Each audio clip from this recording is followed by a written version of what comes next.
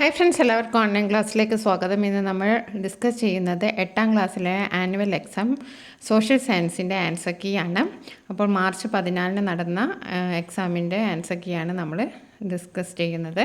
അപ്പോൾ ആദ്യത്തെ ചോദ്യം നമുക്ക് നോക്കാം. ആദ്യത്തെ ചോദ്യം എന്താണ്? Who is known as the father of economics? Father of economics എന്നറിയപ്പെടുന്ന ആരാണ്? 4 ഓപ്ഷൻ തന്നിട്ടുണ്ട്. Gandhiji, Adam Smith, Karl Marx, Dadabhai Naoroji. അപ്പോൾ നമുക്കറിയാം ആഡം സ്മിത്ത് ആണ് എന്താണ് ഫാദർ ഓഫ് എക്കണോമിക്സ് എന്നറിയപ്പെടുന്നത്. ഓപ്ഷൻ ബി ആണ് correct answer. Who is known as the father of economics? Adam Smith. ഇനി നമുക്ക് രണ്ടാമത്തെ ചോദ്യം നോക്കാം. Identify the ruler of Haryanka dynasty. Haryanka ഡൈനാസ്റ്റിയിലെ റൂളറെ ഐഡൻറ്റിഫൈ ചെയ്യാനാണ് 4 ഓപ്ഷനാണ് തന്നിരിക്കുന്നത്. ബിംബിസാരൻ, ശിശുഗുണൻ, കാലഅശോകൻ, മഹാപത്മനന്ദൻ. അപ്പോൾ ആരാണ് ഇതിൽ കറക്റ്റ് ആൻസർ? ബിംബിസാരയാണ്. എന്താണ്? ബിംബിസാരയാണ് കറക്റ്റ് ആൻസർ. ബിംബിസാരനാണ് കറക്റ്റ് ആൻസർ. ബിംബിസാരനാണ് ഹാരംഗ്യ ഡൈനാസ്റ്റിയിലെ റൂളർ. ഇനി മൂന്നാമത്തെ ചോദ്യം നോക്കാം. Identify the tax on the land mentioned in Arthashastra. അർത്ഥശാസ്ത്രി പറഞ്ഞിരിക്കുന്ന ആ ടാക്സിൻ്റെ പേരെന്താണ്? എന്താണ്? ബാഗ എന്നാണ് ടാക്സിൻ്റെ പേര്. മൂന്നാമത്തിൻ്റെ ആൻസർ എന്താണ്? ബാഗ. ഇനി നാലാമത്തെ ചോദ്യം നോക്കാം. Identify the world watershed day. March 22, December 5, June 5, February 2. Correct answer എന്താണ്? നിങ്ങളൊക്കെ എഴുതിയ കറക്റ്റ് ആൻസർ എന്താണ്? ഫെബ്രുവരി 2, ഫെബ്രുവരി 2. അപ്പോൾ ഫെബ്രുവരി 2 വാട്ടർ ഷെഡ് ഡേ. ഓക്കെ, ഇനി നമുക്ക് അടുത്ത് നോക്കാം. ആൻസർ ദ ഓൾ 2 മാർക്ക് വീതമാണ് ഓരോ ചോദ്യത്തിനുള്ളത്. What information about the life of early humans do we get from the cave paintings? Cave പെയിൻറ്റിങ്സിൽ നിന്നൊക്കെ നമുക്ക് എന്തൊക്കെ ഇൻഫോർമേഷനാണ് കിട്ടുന്നത്? അപ്പോൾ എന്താണ്? 100 ആനിമൽസ് ഉണ്ട്, collectively engage in recreational activities. ആ 2 വസ്തുതകൾ നമുക്ക് മനസ്സിലാവാം. ആനിമൽസിനെയൊക്കെ ഹണ്ട് ചെയ്തിരുന്നു, വേട്ടയാടിയിരുന്നു. അതേപോലെ തന്നെ റീക്രിയേഷണൽ ആക്ടിവിറ്റീസിലൊക്കെ അവർ ഏർപ്പെട്ടിരുന്നു എന്ന് നമുക്ക് മനസ്സിലാക്കാം. ഇനി കംപ്ലീറ്റ് ദ ഫോളോയിങ് ടേബിൾ. മൂവേന്തൻസ് ദ ചേരാസ് മുച്ചിരി. പാണ്ഡ്യാസ് ഏതാണ്? പാണ്ഡ്യാസ് മധുരയാണ്. ഇനി അടുത്ത തന്നത് ഉറയൂരാണ്. ഉറയൂർ ആരുതാണ്? ചോളാസിൻ്റെതാണ്. ചോളാസിൻ്റെ ക്യാപിറ്റലാണ് ഉറയൂർ. പാണ്ഡ്യാസിൻ്റെ തലസ്ഥാനം എവിടെയാണ്? തലസ്ഥാനം മധുരയാണ്. ഓക്കെ, അപ്പോൾ A Madurai, B Cholas. Okay, 7th question നോക്കാം. What are small scale maps? Give example. Small scale maps എന്ന് പറഞ്ഞാൽ എന്താണ്? അതിന് എക്സാമ്പിൾ കൊടുക്കാനാണ്. Maps showing only the important information of larger area are called small scale map. അപ്പോൾ small scale map എന്ന് പറഞ്ഞാൽ എന്താണ്? ഇമ്പോർട്ടൻറ്റ് ഇൻഫോർമേഷൻ മാത്രം നൽകുന്ന ആ ഒരു ലാർജർ ഏരിയൻ്റെ ഇൻഫോർമേഷൻ മാത്രം നൽകുന്ന മാപ്സിനെയാണ് നമ്മൾ സ്മോൾ സ്കെയിൽ മാപ്പ് എന്ന് പറയുന്നത്. Example atlas map and wall map. അപ്പോൾ maps showing only the important information of large areas are called small scale map. Example atlas map, wall map. ഇനി അടുത്ത് നോക്കാം. 8ാമത്തെ ചോദ്യം നോക്കാം. 8ാമത്തെ ചോദ്യം എന്താണ്? 3 മാർക്കിൻ്റെ ചോദ്യമാണ്. Which type of rocks are known as primary rocks? Primary rocks എന്നറിയപ്പെടുന്ന ഏത് തരം റോക്സ് ആണ്? ഇഗ്നിയസ് റോക്കാണ്. 2ാമത്തെ question. Give an example for sedimentary rock. Sedimentary റോക്കിന് ഒരു ഉദാഹരണം എഴുതാനാണ്. സാൻഡ്സ്റ്റോണും ലൈംസ്റ്റോണും. എന്താണ്? Sandstone, limestone. ഇനി 3ാമത്തെ ചോദ്യമാണ്. Which type of rocks are mostly found in Kerala? കേരളയിൽ കാണപ്പെടുന്ന റോക്സ് ഏതാണ്? Metamorphic rocks. ഓക്കെ, ഇനി അടുത്ത ക്വസ്റ്റ്യൻ നോക്കാം. What do you mean by social control? Right any 2 features of social control. ഇതൊക്കെ നമ്മൾ പ്രീവിയസ് ഇയറിൽ നമ്മൾ ഡിസ്കസ് ചെയ്താണ്. The pressure and invention exerted by each social group over its members in order to ensure and sustain a safe environment is called social control. Features of social control 2 എഴുതിയാൽ മതി. In every society there are certainly commonly accepted standards of behaviour. പിന്നെന്താണ്? Society establishes suitable social institution for the regulation of behaviour and socialisation of its member. ഇപ്പോൾ 2 points എഴുതിയാൽ മതി. 10ാമത്തെ ചോദ്യം നമുക്ക് നോക്കാം. How does global warming become a threat to life forms? എങ്ങനെയാണ് global warming മനുഷ്യരാശിക്ക് ഒരു ഭീഷണിയാവുന്നത്? Sea level may arise as a result of melting of polar ice. Destruction in the coastal ecosystem may lead to the problems such as food crisis, large scale migration leads to the depletion of many species of plants and animals in the ecosystem. ഇനി നമുക്ക് 11ാമത്തെ ചോദ്യം നോക്കാം.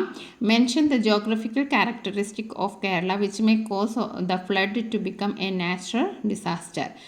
The topography of Kerala is divided into highland, midland and lowland.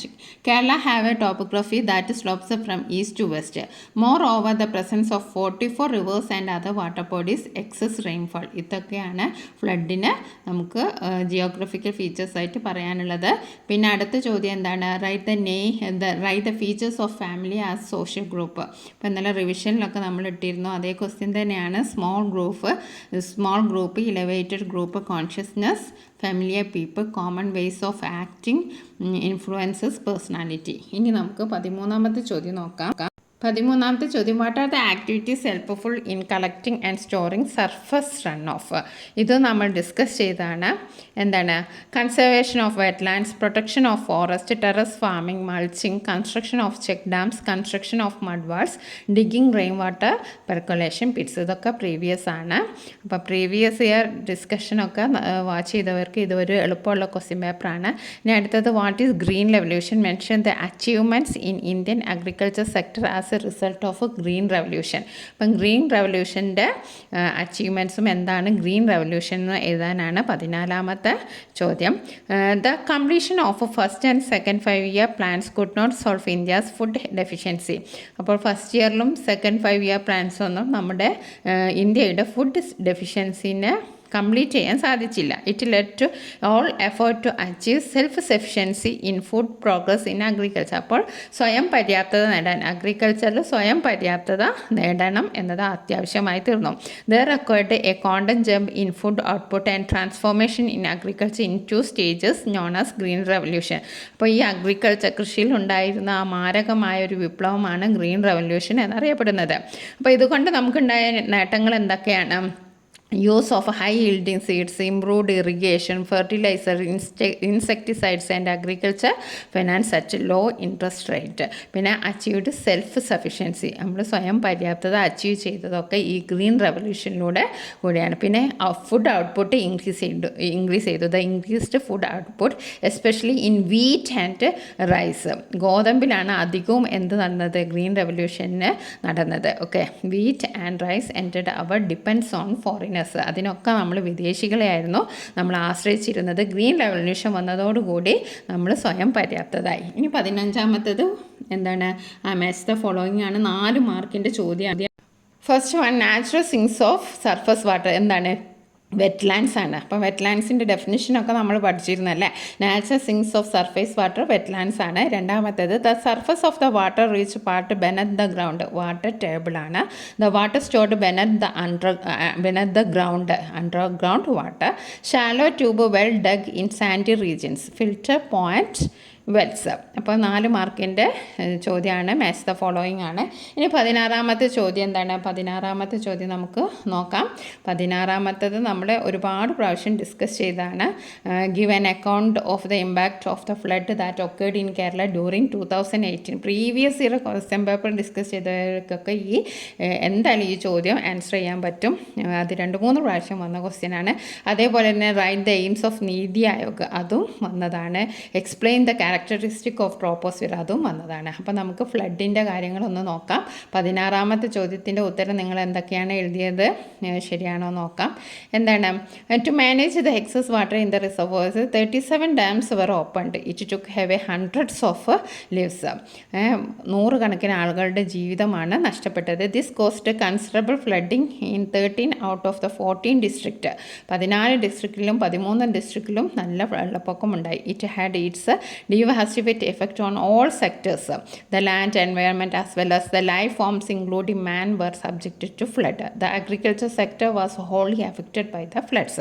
Okay, 17ാമത്തെ ചോദ്യം എന്താണ്? നീതി ആയോഗിൻ്റെ ഫംഗ്ഷനാണ്. നമ്മൾ ഒരുപാട് പ്രാവശ്യം ഡിസ്കസ് ചെയ്താണ്. To bring down government participation in industrial and service sector, to utilise the services of dominant middle class for sustainable economic growth, to improve agriculture production by practising mixed farming, to make use of the services of non-resident Indians for economic and technological growth, to convert the cities into secure living centers using modern technology, to equip the nation to face global transformation and market forces.